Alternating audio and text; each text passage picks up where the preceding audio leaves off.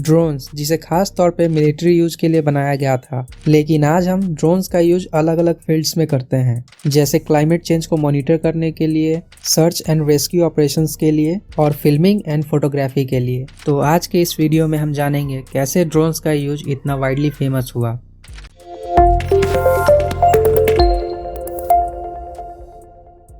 उन्नीस 1907 में Jacques and Louis Breguet इन दोनों भाइयों ने मिलकर Nobel prize winner Charles Richard की मदद से पहला क्वाडकॉप्टर बनाया, जिसकी कुछ लिमिटेशंस थी। अस्थिर होने के कारण इसे स्थिर करने के लिए 4 लोगों की जरूरत पड़ती थी और अपने पहले फ्लाइट में ये ग्राउंड से सिर्फ 2 फीट ऊपर ही उठा, लेकिन इसने हमें क्वाडकॉप्टर का फॉर्म फैक्टर दे दिया, जो कि हम आज भी यूज करते हैं।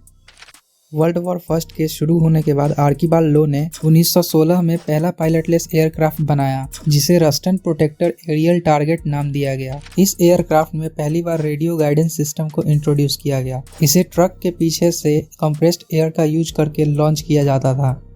फिर 1917 में यूएस आर्मी ने कैटरिंग बग को बनाया, जिसमें जायरोस्कोपिक कंट्रोल्स का यूज हुआ करता था। इसे यूएस आर्मी ने एरियल टॉर्पीडो के रूप में इस्तेमाल करने के लिए बनाया था। 1930 में यूएस नेवी ने रेडियो कंट्रोल्ड एयरक्राफ्ट पे काम करना शुरू किया और फिर 1937 में उन्होंने कर्टिस N2C2 नाम के ड्रोन को डेवलप किया, लेकिन अंग्रेजों ने 1935 में ही radio controlled target drone develop कर लिया था, जिसका नाम क्वीन भी रखा गया था। इसी के बाद रेडियो कंट्रोल्ड अनमैन्ड एयरक्राफ्ट्स के लिए ड्रोन शब्द का इस्तेमाल किया जाने लगा। वियतनाम वॉर में 1955 में पहली बार ड्रोन्स का यूज किया गया था, जिसमें सैनिकों के परीक्षण के लिए कैमरे भी लगाए गए थे। उस समय ड्रोन्स को अलग अलग तरीके से यूज किया जाने लगा, जैसे किसी फिक्स्ड टारगेट पे मिसाइल को लॉन्च करने के लिए। ट्रांजिस्टर टेक्नोलॉजी के इंट्रोडक्शन के बाद 1960s में रेडियो कंट्रोल प्लेन्स की डिमांड बढ़ने लग गई। अब इसे सिविलियन कंज्यूमर्स के लिए भी मैन्युफैक्चर किया जाने लगा था।